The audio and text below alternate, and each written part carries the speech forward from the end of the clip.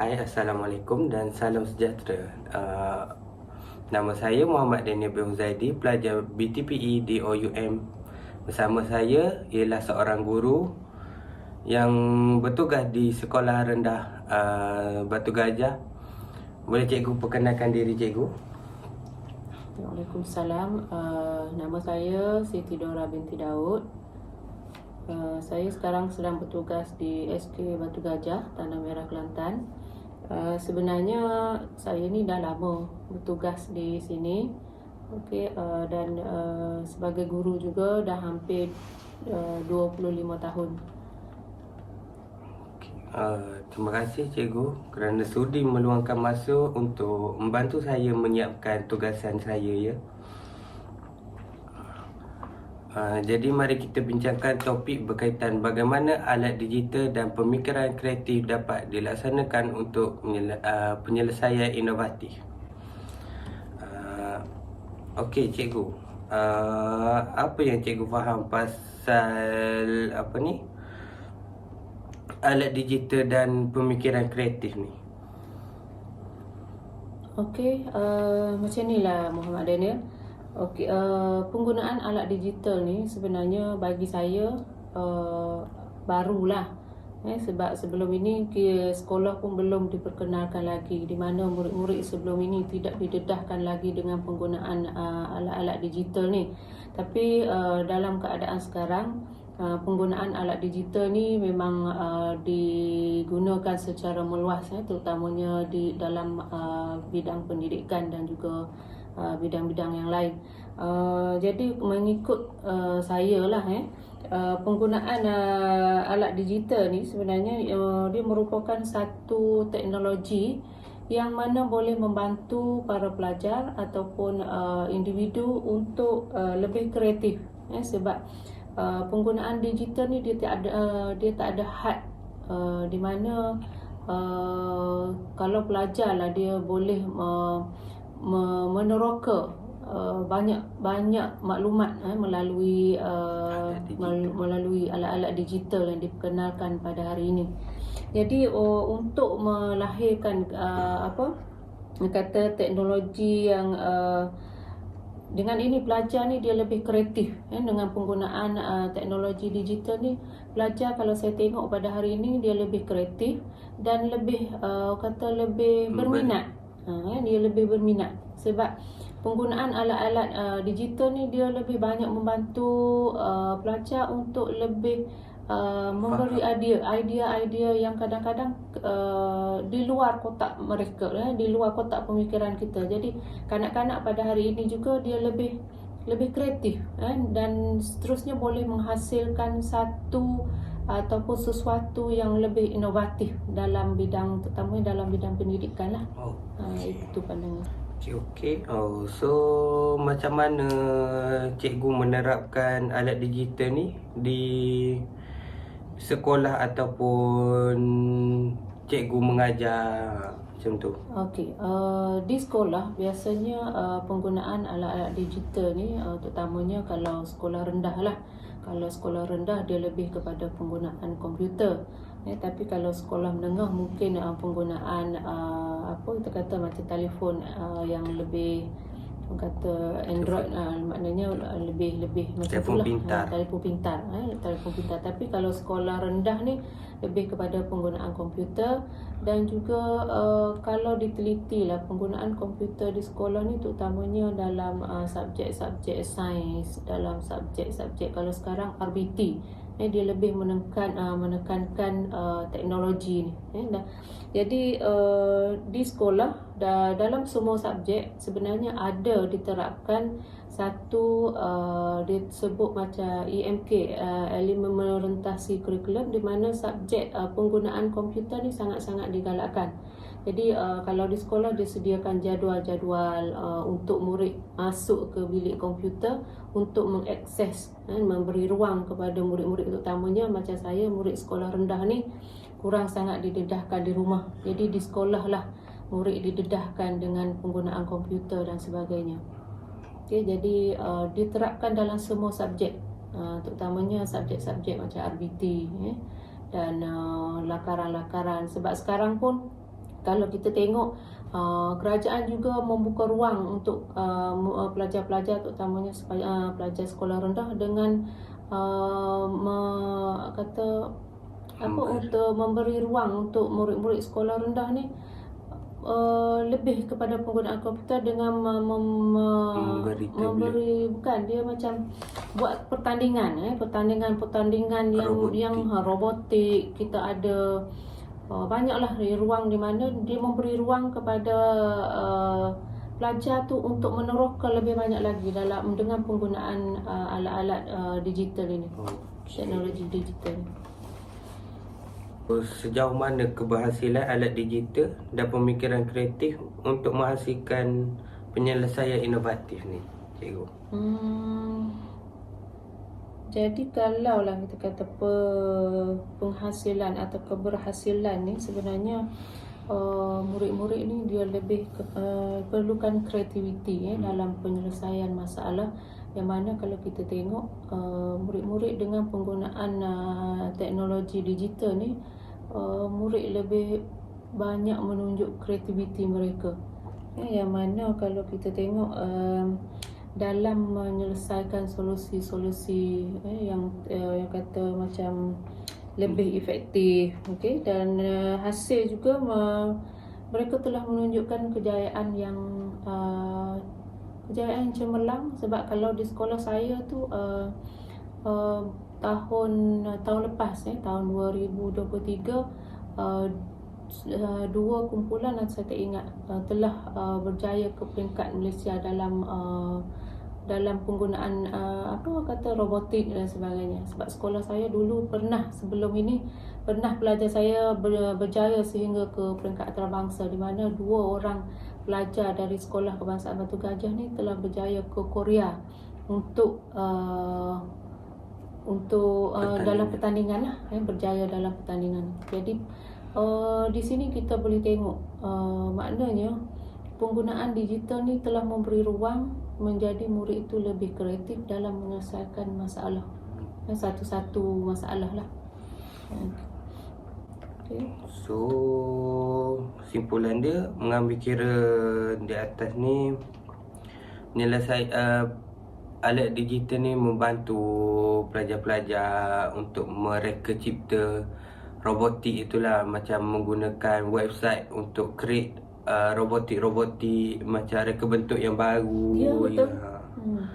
Kalau kita tengok, maknanya mereka berkemampuan, berkeupaya, mempunyai keupayaan yang tinggi untuk menghasilkan sesuatu yang lebih kreatif, yang memberi idea, rangsangan kepada mereka untuk menghasilkan sesuatu yang lebih kreatif lah. Maknanya murid-murid ni dia telah menunjukkan kreativiti yang tinggi di samping keupayaan, kemampanan mereka dalam menyiapkan sesuatu tugasan. Okey, so apakah cabaran yang dihadapi dalam memanfaatkan alat digital dan pemikiran kreatif untuk menghasilkan penyelesaian? Cabaran ni yang pertama kalau bagi saya lah, dia sumber yang agak terhad. Sebab kalau kita perhatikan lah, teknologi digital ni dia agak mahal.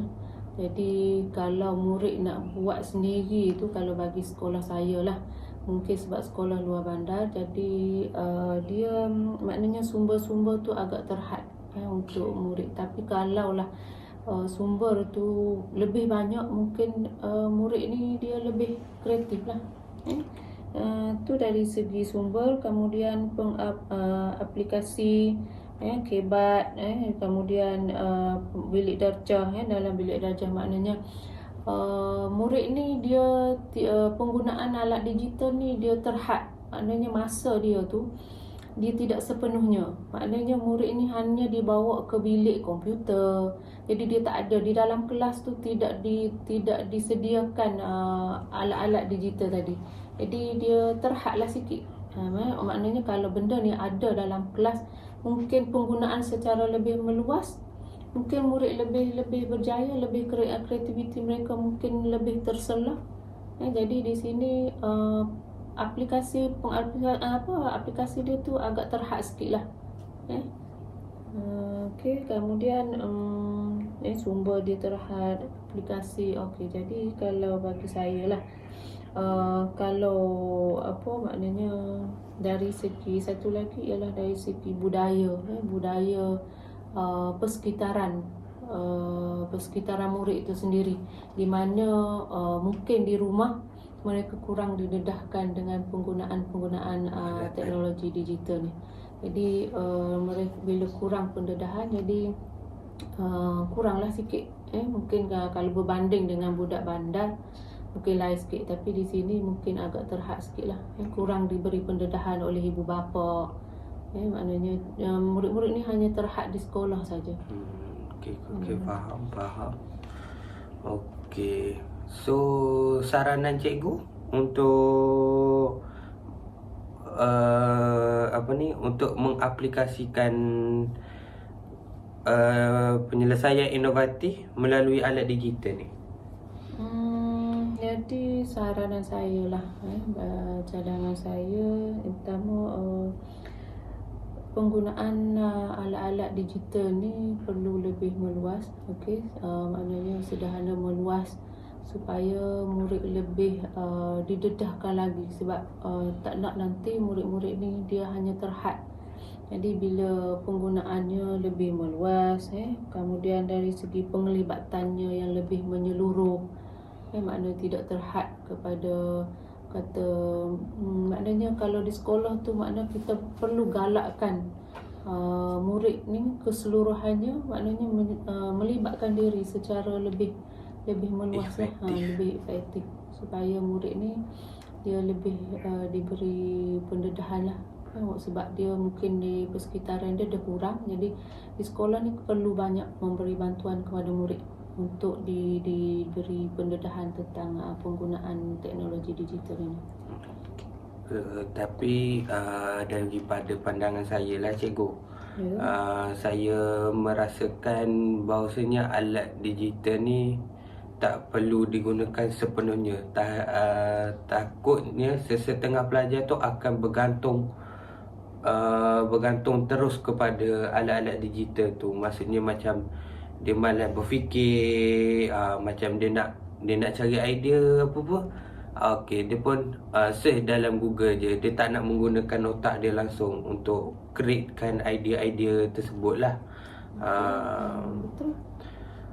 So, saya setuju, sebab itu kadang-kadang kita sebagai ibu bapa pun perlu hadkan. Cuma di sini dari segi macam Daniel cakap tadi, maknanya kita tak nak murid ini terlalu terikat, maknanya terlalu bergantung kepada maklumat yang terdapat dalam bahan-bahan digital ataupun teknologi digital ni. Murid-murid juga, maknanya pelajar atau individu tu juga perlu sekurang-kurangnya menggunakan idea-idea mereka sendiri dan gabungkan dengan itu yang penting, gabungkan dengan penggunaan teknologi digital ni dan menghasilkan sesuatu yang lebih kreatif, lebih di luar kotak pemikiran. Maknanya bila macam tu dia boleh menghasilkan satu perkara yang bernas, macam bom lah, macam bom. Maknanya gabungan teknologi dan juga idea tu memang memainkan peranan yang penting. Okey, selain daripada penghasilan penyelesaian inovatif, apakah sumbangan lagi alat digital dan pemikiran kreatif dari segi pendidikan ni? Penggunaan alat digital ni sebenarnya dalam kehidupan ni kita perlu fleksibel lah. Maknanya penggunaannya kena fleksibel supaya alat-alat digital ni, memang alat digital ni mudah, maknanya kita mudah untuk mendapatkan maklumat dengan mengakses saja. Tapi dalam situasi ini pelajar ni sebenarnya ataupun individu tu sendiri perlu bergerak ke pelbagai lokasi untuk dan juga untuk melibatkan diri lagi dengan aktiviti tu. Okey, maknanya sumber pembelajaran, arahan dia tu maknanya perlu sesuai lah dengan mereka. Maknanya sebab kadang-kadang penggunaan digital ni kadang-kadang kalau untuk murid sekolah rendah mungkin ada yang tak sesuai. Jadi di situ perlunya kata kerjasama daripada semua pihak supaya ada penggunaan alat teknologi digital ini untuk menghasilkan ataupun penyelesaian sesuatu yang lebih inovatif.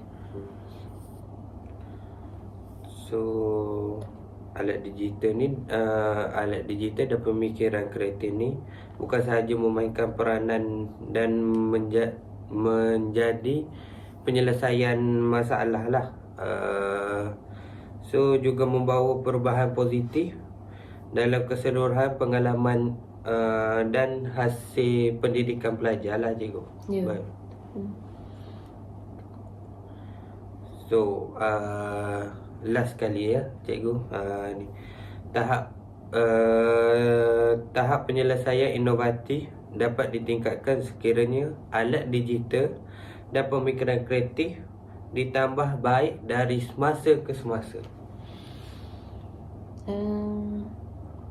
Ya, penyelesaian boleh dipertingkatkan lagi dengan terus meningkatkan dengan penggunaan alat-alat digital dan pemikiran kreatif kepada murid. Maknanya di sini kita perlu beri pendedahan kepada pelajar-pelajar atau individu untuk menghasilkan atau mempertingkatkan inovatif murid melalui penggunaan alat-alat digital dan pemikiran kreatif. Maknanya di sini dengan ini mereka lebih berkeupayaan dan membantu mereka lebih berkeupayaan dalam menghasilkan sesuatu yang inovatif lah, sebab supaya sesuai dengan peredaran zaman. Sebab sekarang kita dah tahu zaman sekarang memang zaman teknologi, jadi nak tak nak kita harus, sebab saya pun sebagai guru seharusnya memberi banyak pendedahan kepada murid tentang penggunaan alat-alat digital ni lah. Sebab kita tak tahu pada masa hadapan ni bagaimana penggunaan alat digital ini dalam kehidupan seharian. Mungkin pada masa akan datang, mungkin alat digital ni dah satu, orang kata macam satu perkara yang memang perlu sangat penting bagi seseorang individu dalam tak kira dalam pekerjaan, dalam pendidikan dan sebagainya, bagi menghasilkan sesuatu yang lebih baik. Berkemungkinan teknologi ni bekerja, semuanya bekerja. Kita hanya macam duduk di rumah sahaja. Sebab kita tak tahu masa depan. Sebab kalau tengok kepada sekarang, maknanya penggunaan teknologi ni memang orang kata memang semakin meluas lah berbanding dengan dulu-dulu. Maknanya kita jadi murid ni kita perlu beri persediaan kepada mereka. Jadi di peringkat sekolah, tak kira macam saya di sekolah rendah lagi, perkara ni dah didedahkan. Maknanya penggunaan digital, pemikiran yang lebih kreatif bagi menghasilkan sesuatu yang lebih baik, yang inovatif, orang kata tak? Betul. Okey. Saya rasa dah tak ada apa lagi untuk saya nak persoalkan, sebab cikgu dah menjawab semua apa yang saya ingin tahu berkaitan dengan pemikiran kreatif dan alat digital di sekolah cikgu. Okey. Terima kasih cikgu. Sama-sama. Dan sekian daripada saya, Muhammad Daniel bin Huzaidi, pelajar BTPE di OUM.